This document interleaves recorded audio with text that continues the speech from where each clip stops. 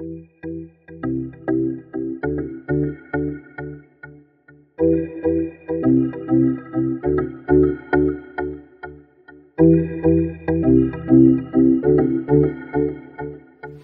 tout le monde, alors me revoilà aujourd'hui pour une nouvelle vidéo vlog maternité. C'est pour vous raconter un peu comment ce premier mois s'est passé avec bébé dans le couple, etc. Donc voilà, déjà un petit mois pour ma petite puce. Alors on va commencer directement par les questions que vous m'avez posées, comme vous savez, sur la page Facebook, que je vous ai demandé s'il y avait des choses en fait qui vous intéressaient. Et donc alors la première chose: qu'a changé l'arrivée de bébé dans votre couple et comment te sens-tu depuis que tu es maman? Alors, qu'est-ce qui a changé dans mon couple? C'est que déjà avant on était très amoureux de toute façon, hein, et là c'est encore plus, et il est encore plus attentionné avec moi qu'il ne l'était déjà en fait. Donc voilà, je peux pas dire autre chose, qu'il y a encore plus d'amour qu'avant. Et comment je me sens? Franchement ça va, je me sens épanouie, enfin heureuse parce que j'ai enfin ma petite puce. Et rien que de dire ça, j'ai les larmes aux yeux, donc on va éviter de pleurer, hein, parce qu'en plus je me suis fait un beau maquillage, c'est pas pour que ça se cradoque. Alors, tu angoisses pas au retour pour la vie au travail, quoi? Et non, tout simplement que ça ne va pas venir maintenant parce que je sais qu'on a 2 mois et demi de congé maternité après la naissance de l'enfant, mais étant donné que j'ai pris mon congé parental de 6 mois après, donc pour l'instant c'est pas encore d'actualité, donc pour l'instant j'angoisse pas. Je ferai ça dans un prochain vlog maternité, je crois qu'on en parlera parce que ça va être coco comment je vais me sentir à ce moment-là, je pense. Alors, as-tu vécu le fameux baby blues? Arrivez-vous à trouver du temps pour vous deux? Alors, j'ai vécu le fameux baby blues, et d'ailleurs ça a été très difficile. Il y a quelques-uns qui n'ont pas compris, mais en fait quand on passe pas par là on peut pas comprendre tout simplement. On peut dire oui je comprends, c'est dur, etc. Mais en fait tant qu'on n'est pas passé par là, honnêtement je crois pas qu'on peut vraiment comprendre. On se sent plus bas que terre. Je me sentais comme une merde et je pleurais, mais dès que je regardais bébé, pas parce que je l'aimais pas, au contraire, je l'aime vraiment, je peux même pas mesurer ou autre par rapport à bébé, mais dès que je la regardais en fait je pleurais parce que étant donné que je voulais allaiter mais que j'ai pas pu parce que je n'avais pas du tout physiquement assez de lait. Et je sais pas, en fait je me suis dit, vu que ça va être sûrement mon seul enfant parce que j'en veux pas, peut-être dans 10 ans, vous voyez, donc et encore c'est le 1% de chance dans 10 ans, hein, j'ai envie de vous dire, mais je veux qu'un enfant, j'en voulais deux à la base, mais en fait ça m'a totalement dégoûté la grossesse. Je sais que chaque grossesse est différente, on va pas passer par 4 chemins, maintenant j'en veux qu'un et on verra peut-être dans 10 ans, mais mon objectif, et même pour mon homme pour l'instant c'est qu'un, on profite de notre puce. Et quand on aura envie, on va y arriver dans 5-10 ans, et on en fera peut-être un autre, mais je pense pas, c'est vraiment 1% quoi. Et je me sentais mal et je me disais oh je lui sers à rien, etc. En fait quand je parle de ça avec un peu de recul, c'est un peu, je sais pas, c'est en fait quand je repense à l'état dans lequel j'étais, c'était vraiment assez grave en fait, maintenant que je peux me juger moi-même on va dire, mais bref de toute façon c'est comme ça. Et arrivez-vous à trouver du temps pour vous deux? Oui, on arrive à trouver du temps pour nous deux et pour chacun pour soi, parce que quand moi j'en peux plus ou quand j'ai vraiment des trucs à faire, je donne bébé à papa et vice versa. Et bien évidemment pour nous deux on peut aller au resto comme on veut, on peut aller faire ce qu'on veut dehors quand on est avec bébé, parce que tout simplement le cosy a un effet soporifique. Elle ne hurle pas, elle est super calme dès qu'elle sort de la maison, elle est encore plus calme qu'à la maison en fait tout simplement. Donc on peut manger tranquillement au resto, etc. en amoureux, il n'y a pas de souci. Et quand on a envie de se faire un cinéma, vous avez vu ou pas la polémique sur Snap Et comme quoi j'étais une mauvaise maman parce que j'allais au cinéma et que je laissais ma fille. Et j'ai envie de vous dire d'aller vous faire voir cordialement dans les roses avec tout mon amour. Non, excusez-moi, je prends soin de mon couple aussi, donc bébé on le laisse aux grands-parents, ils sont là pour ça, et puis de toute façon ils ont envie de profiter de notre petite puce aussi. Donc voilà, on a les grands-parents à 5 ou 10 minutes, donc j'ai envie de vous dire pourquoi ne pas en profiter, hein.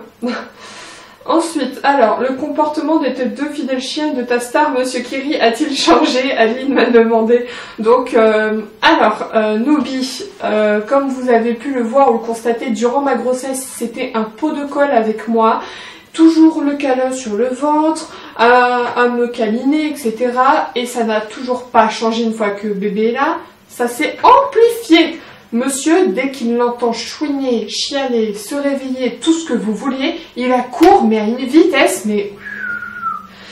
Alors, Pookie, lui, en a strictement, mais rien à secouer de la petite. Il y a juste, par moment, je ne sais pas pourquoi, ni mon homme, qui s'intéresse au bébé, tout simplement, et bah, ça nous étonne, parce que genre, il reste à côté, il monte la garde, en fait.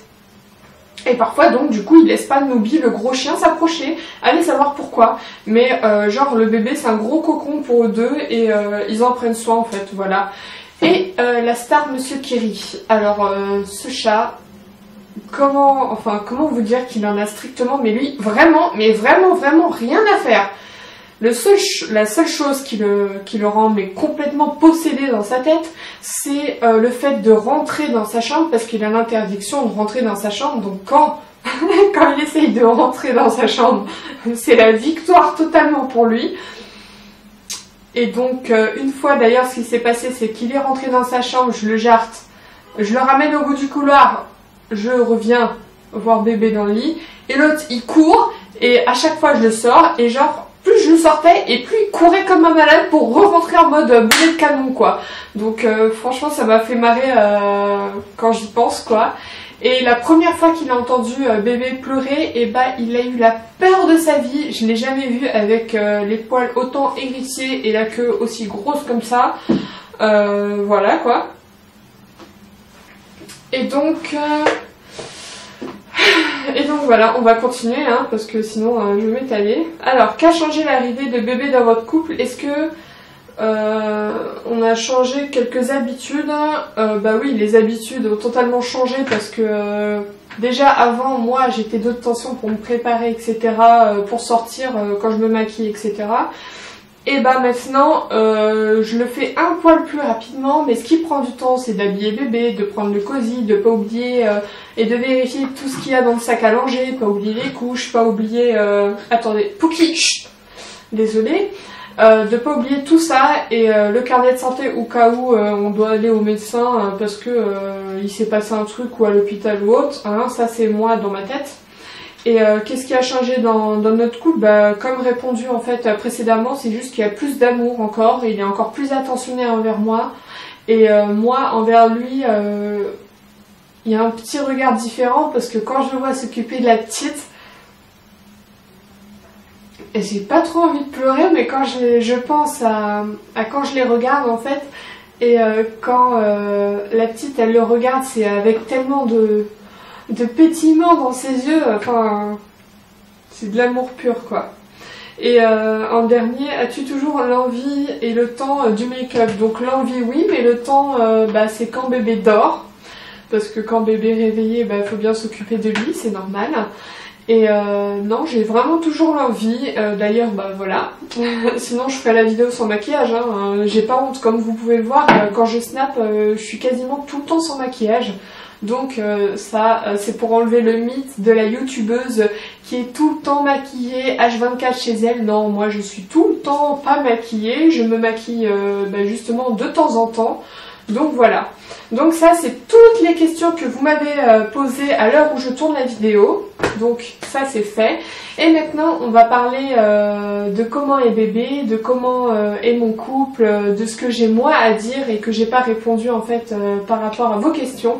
Alors, Madame, comment elle est? C'est un bébé pas chiant du tout, c'est un bébé calme. Quand je dis bébé pas chiant, vous savez très bien qu'il y a deux types d'enfants, de bébés. Il y a ceux qui hurlent tout le temps et ceux qui sont extrêmement calmes.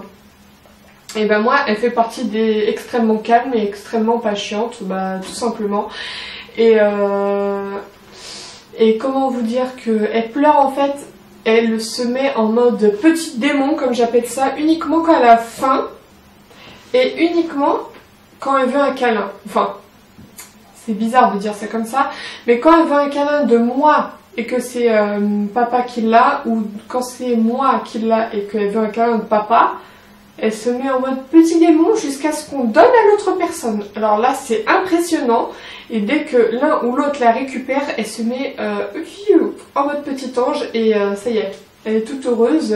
Elle nous regarde comme ça. Elle fait des mimiques et tout, c'est trop marrant. C'est souvent elle est comme ça. En bouche, petit cul de poule, etc. Voilà, sinon d'une elle est extrêmement calme, elle s'endort facilement, directement même quand on sort, dès qu'on sort de la maison, donc les restaurants, les courses, la vie quotidienne en dehors, quand on doit sortir avec le bébé, c'est pas du tout relou pour nous. On a la chance qu'elle soit vraiment top de ce côté-là, et comme ça nous on a autre chose et on peut profiter de faire toutes ces autres choses là pendant qu'elle dort, pardon, on va y arriver, hein, j'ai ma langue qui a du mal. Et donc voilà. Ensuite, comment ça se passe au niveau des nuits? Étant donné que moi je me couche vers minuit, 1h du matin, j'attends le dernier biberon en fait de minuit ou 1h du matin, généralement c'est toujours à peu près vers ces zones là, et ensuite elle se réveille une fois à deux dans la nuit, donc ça me fait toujours bizarre de me lever la nuit parce que généralement quand enfin je m'endors et je dors quoi, normal comme tout le monde, mais ça maintenant avec le bébé c'est comme ça. Mais franchement se réveiller une ou deux fois dans la nuit, j'appelle pas ça non plus le parcours du combattant, c'est pas un truc de fou et tout. Et du coup c'est vraiment ça va quoi, je suis pas tellement fatiguée, je suis pas fatiguée du tout même, j'ai assez la forme on va dire. Et voilà, niveau bébé, on va dire comment ça se passe. Elle adore aussi, c'est marrant, à chaque fois que je la change ou que quelqu'un la change, quoi, tout simplement. Et elle adore, elle gigote, elle fait sa gym et tout, elle nous regarde et tout, elle adore vraiment. Elle adore vraiment tout simplement qu'on la change, elle adore avoir le cul à l'air, quoi. Ça fait bizarre de dire ça, mais bon, c'est pas grave, hein. Et ensuite, sinon, comment s'est passé ce premier mois dans mon couple? Et comme encore dit dans la vidéo, je le répète, il y a encore plus d'amour, on est encore plus amoureux. Et niveau intimité dans le couple, faut en parler, hein. On l'a bien fait ce bébé, hein. Enfin bref. Et pour l'instant c'est encore niette et tout ça, faut le dire, hein, faut en parler, c'est pas tabou non plus.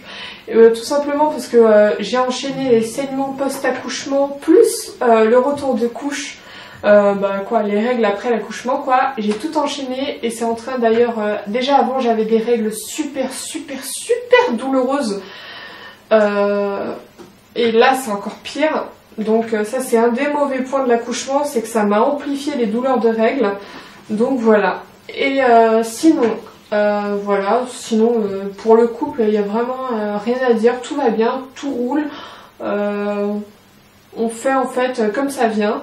Et sinon dans 2 semaines je crois, ou dans 1 semaine, je sais plus quand j'ai pris le rendez-vous, je vais vérifier sur le calendrier après parce que je viens d'y penser pendant la vidéo, je vais avoir la sage-femme pour la rééducation du périnée, vous savez le muscle qui est on va dire j'ose même pas le dire en vidéo, enfin bref, je vous mettrai une petite affiche ici, hein, d'où et je dis j'ose pas le dire alors que je parle de l'intimité du couple. Allez savoir la logique dans tout ça, mais c'est pas grave. Donc je vais avoir la sage-femme, j'espère que les saignements se seront arrêtés, mais elle m'a dit que de toute façon, tous ceux qui pratiquent la rééducation du périnée, ils savent que les saignements ça peuvent durer super longtemps et de toute façon ils se protègent quand ils la font, etc. Donc voilà, moi ça me gênait un peu d'y aller parce que au cas où si je saigne encore quand j'irai, ça va me gêner je pense. Mais je me dis qu'elle a quand même l'habitude, c'est du corps médical et tout ça. Donc enfin bref, on verra comment ça se passer. Ça va être dans le prochain vlog quand bébé aura plus de 2 mois quoi. Et donc voilà. Donc si vous avez d'autres questions dont je n'ai pas répondu ou autres dans cette vidéo là, n'hésitez pas à la poster en commentaire, j'y répondrai directement. Et donc voilà, n'hésitez pas aussi à vous abonner si ce n'est pas déjà fait, à venir me rejoindre sur tous mes réseaux sociaux qui sont listés en dessous de la vidéo comme d'habitude. Et puis je vous fais de gros bisous et je vous dis à la prochaine.